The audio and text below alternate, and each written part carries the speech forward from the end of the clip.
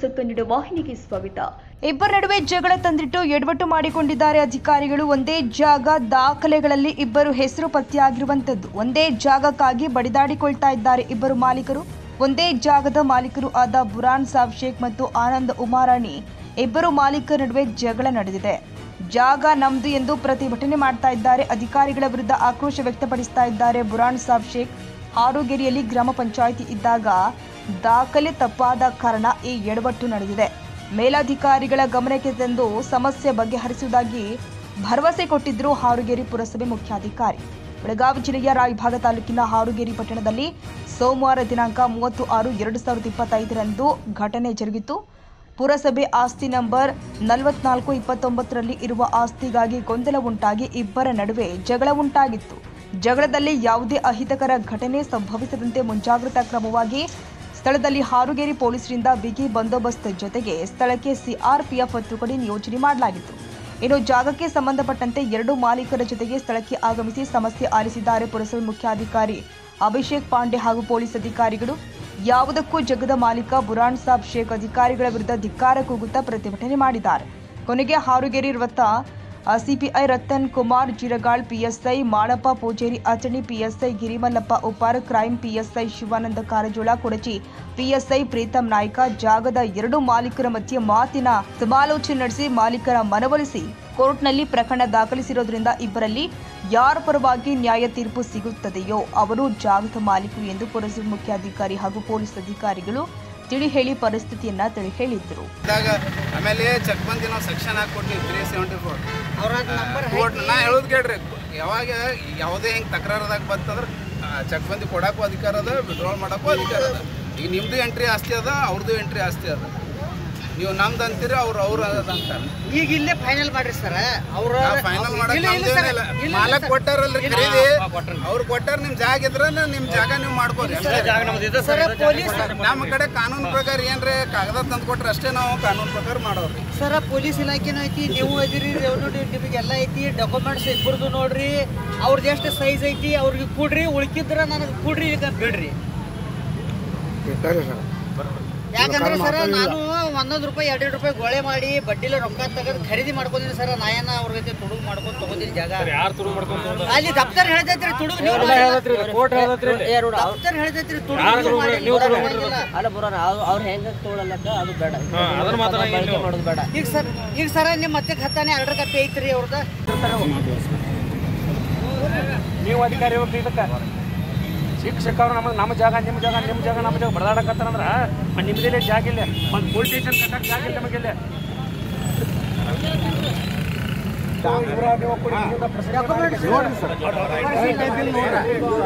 Survey ಮಾಡಿಲ್ಲ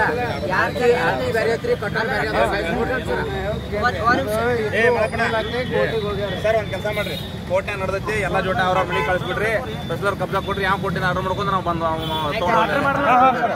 ಮಾಡಿ ಕಳಿಸ್ಬಿಡ್ರಿ. ಯಾರು ಬೇಡ, ದಿನ ಎಲ್ಲ ದಿವಸ ಆಗ್ತೈತಿ, ಕಿರಿಕಿರಿ ಆಗ್ತೈತಿ. ಅವರು ಬೇಡ ಇವರು ಬೇಡ, ಏನು ಕಂಪ್ಲೇಂಟ್ ಬೇಕಾಗಿಲ್ಲ. ಅಷ್ಟೇ ಮಾಡ್ಕೊಂಡ್ಬಿಡ್ರಿ ಸರ್. 140 ಬೇಕಾಗಿ ಎಲ್ಲ ಶೀಸ್ ಮಾಡ್ಬಿಡ್ರಿ.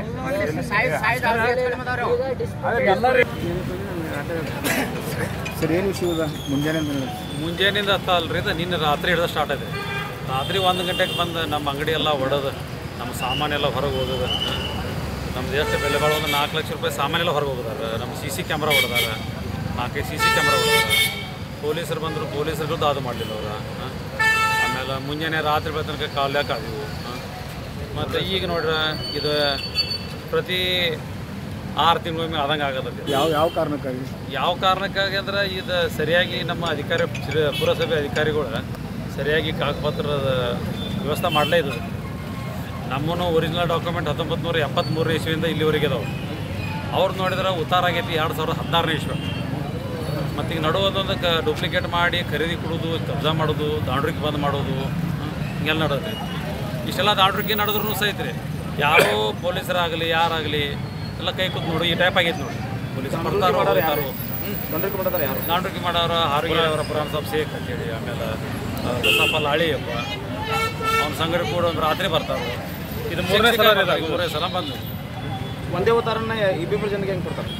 ಅದಕ್ಕೆ ಮತ್ತು ರೊಕ್ಕದ ಆಟ ನಡೆದಿರ್ಬೇಕ್ರಿ ಹಂಗೆ ಅಲ್ಲಿ ನಮಗೆ ಏನೋ ಡಾಕ್ಯುಮೆಂಟ್ ಅರ್ಜಿ ಕೊಟ್ಟು 1 ವರ್ಷ ಆದ್ರೂ ಒಂದು ಕೊಡಂಗಿಲ್ಲ ಅವ್ರು ಬರೀ ಮಾಪ್ ಮಾಡಿದ್ರೆ ಕೊಟ್ಟು 2ನೇ ದಿವಸಕ್ಕೆ ಸರ್ವೇರ್ ಬರ್ತಾರೆ ಅವ್ರ ವಿರುದ್ಧ ನೀವು ನ್ಯಾಯಾಲಯದಾಗ ಪ್ರಕರಣ ದಾಖಲು ಮಾಡ್ಬೋದು ಮಾಡಿದ ಅವ್ರು 4 ನಾವು 3 ಹಾಕಿದೀವಿ ಅವ್ರು 1 ಹಾಕ್ಯಾರ ಈಗ ಸದ್ದ ಆದರೂ ಅದ್ರ ಮೇಲೆ 2 ಸ್ಟೇ ಕೊಟ್ಟಿದ್ದವು 2 ಕೇಸ್ನಾಗ ಸ್ಟೇ ಈಗ ಸದ್ದ ಸ್ಟೇ ಇದ್ರೂ ಸಹಿತ ಕಂಟೆಂಪ್ಟ್ ಆಫ್ ಕೋರ್ಟ್ ಹಾಕೈತಿ ಅಂದ್ರೂ ಸಹಿತ ಪೊಲೀಸರು ಸಹಿತ ಕಣ್ಣು ಮುಚ್ಚಿ ಕೂತಂಗೆ ಆಗೈತಿ ಆಮೇಲೆ ಚೀಫ್ ಆಫೀಸರ್ ಸಹಿತ ಕಣ್ಣು ಮುಚ್ಚಿ ಕೂತಂಗೆ ಆಗೈತಿ ಚೀಫ್ ಆಫೀಸರ್ ಗಾಡಿ ಮೇಲೆ ದೀಪ ಇಟ್ಟಂಗೆ ಹೇಳಿ ಹೋಗ್ಬಿಟ್ರು ನಾನು ನಿಮಗೂ ಚಕ್ಬಂದಿ ಕೊಟ್ಟಣಿ ಅವ್ರಿಗೆ ಚಕ್ಬಂದಿ ಕೊಟ್ಟಣಿ ನೀವು ಜಾಗ ಮಾಲಕರನ್ನ ಕೇಳಿ ಎಲ್ಲೈತಿ ಅಲ್ಲಿ ತೊಗೊಂಡ್ಬಿಟ್ರೆ ಅಂತ ಹೇಳ್ಬೇಕಾರೆ ಅದೇ ನಾವು ಕೇಳೋ ಪ್ರಶ್ನೆ ಅದ ರೀ ಒಂದೇ ಜಾಗದಲ್ಲಿ 2 ಚಕ್ಬಂದಿ ಕೊಡೋರು ಯಾರು ಕೊಡೋರು ಅವ್ರ ರೀ ಚೀಫ್ ಆಫೀಸರ್ ಮತ್ತು ಅವ ಚೀಫ್ ಆಫೀಸರ್ ಹೆಂಗೆ ಗೊತ್ತಿಲ್ಲ ಅವ್ರು ಮತ್ತೆ ಈಗ ಅವ್ರೇನು ಹೇಳ್ತಾರೆ ಈಗ ನಾವು ಹ್ಯಾಂಡಲ್ ತಗೋತೀವಿ ಆಮೇಲೆ ಯಾರು ಕೋರ್ಟ್ದಾಗ ಯಾರಂತ ಆಗಿ ಬರ್ಬೇಕು ಅವ್ರನ್ನ ಇದನ್ನು ಮಾಡ್ಕೊಳ್ತಾರೆ ನಾ ಯಾವಾಗಲೂ ನ್ಯಾಯಾಲಯದ ಪರವಾಗಿ ಹೋಗ್ತೀವಿ ನ್ಯಾಯಾಲಯ ಏನು ಮೊದಲಿಂದ ಆದ್ರೂ ನೀವು ಈಗ ಈಗಾಗಲೇ 82 ಆಮೇಲೆ ಆರ್ಡರ್ ಆಗೈತ್ರಿ ಈಗ ಸೇಮ್ ಇದೇ ಚಕ್ಬಂದಿ ಆರ್ಡರ್ ಆಗೈತ್ರಿ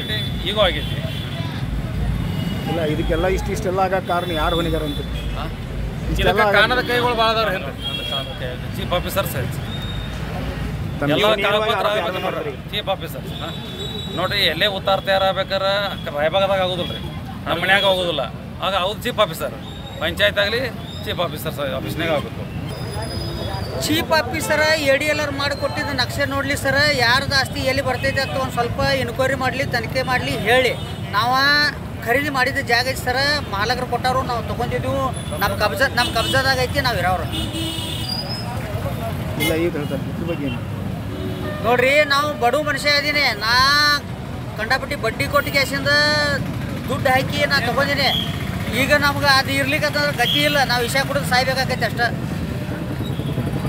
ಇದನ್ನ ಎಡವಟ್ಟು ಮಾಡಿದಾರೆ ಯಾರು ರೀ ಎಡವಟ್ಟು ಮಾಡಿದವ್ರು ಯಾರೂ ಮಾಡಿಲ್ರಿ ಎಡವಟ್ಟು ಅವರು ತಾವ ಮಾಡ್ಕೊಂಡಾರ ಉಮ್ರಾಣಿ ಫ್ಯಾಮಿಲಿದವ್ರ ತಾವ ಎಡವಟ್ಟು ಮಾಡ್ಕೊಂಡಾರ ಡೊಂಗಿ ಇವ್ರಿಗೆ ಸ್ವಂತ ಅಲಾಟ್ಮೆಂಟ್ ಆಗಿಲ್ಲ ಅದ ಡೊಂಗಿ ಬರ್ಬುಗ್ ಅಲಾಟ್ಮೆಂಟ್ ಆಗಿದ್ದ ಜಾಗ ಅವ್ರ ಕಡೆಯಿಂದ ಇವ್ರು ಖರೀದಿ ತೊಗೊಂಡಾರ ಇವ್ರ ಡೊಂಗಿ ಬರ್ಬು ಕಡೆ ಖರೀದಿ ತೊಗೊಂಡಾರು ನಾವು ಬಸಪ್ಪ ಲಾಳಿ ಕಡೆ ಖರೀದಿ ತೊಗೊಂಡಿವು ಅವ್ರದ್ದು ಎಷ್ಟು ಆದೇಶ ಕಾಪಿದಾಗ ಎಷ್ಟು ಸೈಜ್ ಐತಿ ಅವ್ರು ಇರಲಿ ನಮ್ದು ಎಷ್ಟು ಆದೇಶ ಕಾಪಿದಾಗ ಐತಿ ನಾವಿರ್ತೀವಿ ಒಂದೇ ಉದಾಹರಣೆ ಇಬ್ಬರು ಕೊಟ್ಟಾರಿ ಸಾಧ್ಯ ಇಲ್ರಿ ಅವ್ರ ಉತ್ತಾರ ಬೇರೆ ಅವ್ರದ್ದು 20-14 ಆಸ್ತಿ ನಂಬರ ನಮ್ದು 44-29 ಆಸ್ತಿ ನಂಬರ ಈಗ ಅವ್ರು ಸ್ಟೇ ತಂದಾರೆ ಅದ್ರ ಮೇಲೆ ಅವ್ರು ಸ್ಟೇ ತಮ್ಮ 20-14 ಆಸ್ತಿಗೆ ತಂದಾರಿ ನಮಗೇನು ಸಂಬಂಧ ತಮ್ಮ ಆಸ್ತಿಗೆ ತಾವು ಸ್ಟೇ ತಂದ್ರೆ ನಮಗೆ ಸಂಬಂಧ ಇಲ್ರಿ ನಮ್ಮ 44-29 ಆಸ್ತಿ ನಮ್ದು ಅದ್ರೊಳಗೆ ಮೆನ್ಷನ್ ಐತ್ರಿ 44-29 ಮೆನ್ಷನ್ ಐತಿ ಸ್ಟೇ ಅಲ್ರಿ ಮೆನ್ಷನ್ ಮಾಡಕ್ಕೆ ಇವ್ರೇ ರೀ ಅದಕ್ಕೇನು ಸಂಬಂಧ ಇಲ್ಲಿಂದ ನಾವು ನಿತ್ಯ ಎಲ್ಪರಟ್ಟಿ ರಸ್ತೆ ಚಕ್ಬಂದಿ ಹಾಕ್ತೀವಿ ಅಲ್ಲಿ ತನಕ ನೀವು ಎಲ್ಲ ಬಿಟ್ಟು ಕೊಡೋರಿದ್ದೀರ ಅಂತ ಎಲ್ಲ ಅದ್ರ ಕೋರ್ಟ್ ಪಿಟಿಷನ್ದಾಗ ಪ್ರಾಪರ್ಟಿ ಮ್ಯಾಗ ಸ್ಟೇ ಇಲ್ಲಲ್ರಿ ಮನ ಇಲ್ಲ ಕೋರ್ಟ್ನಲ್ಲಿ ಇವ್ರು ಯಾಕೆ ಮೆನ್ಷನ್ ಮಾಡ್ತಾರ ಪ್ರಾಪರ್ಟಿ ಎಲ್ಲ ಕೋರ್ಟ್ ಕಾಪಿ ಒಳಗನೆ ಐತ್ರಿ ಈಗ ನಮ್ಮ ಕಡೆ ಕಾಪಿ ಕೊಟ್ಟಾರ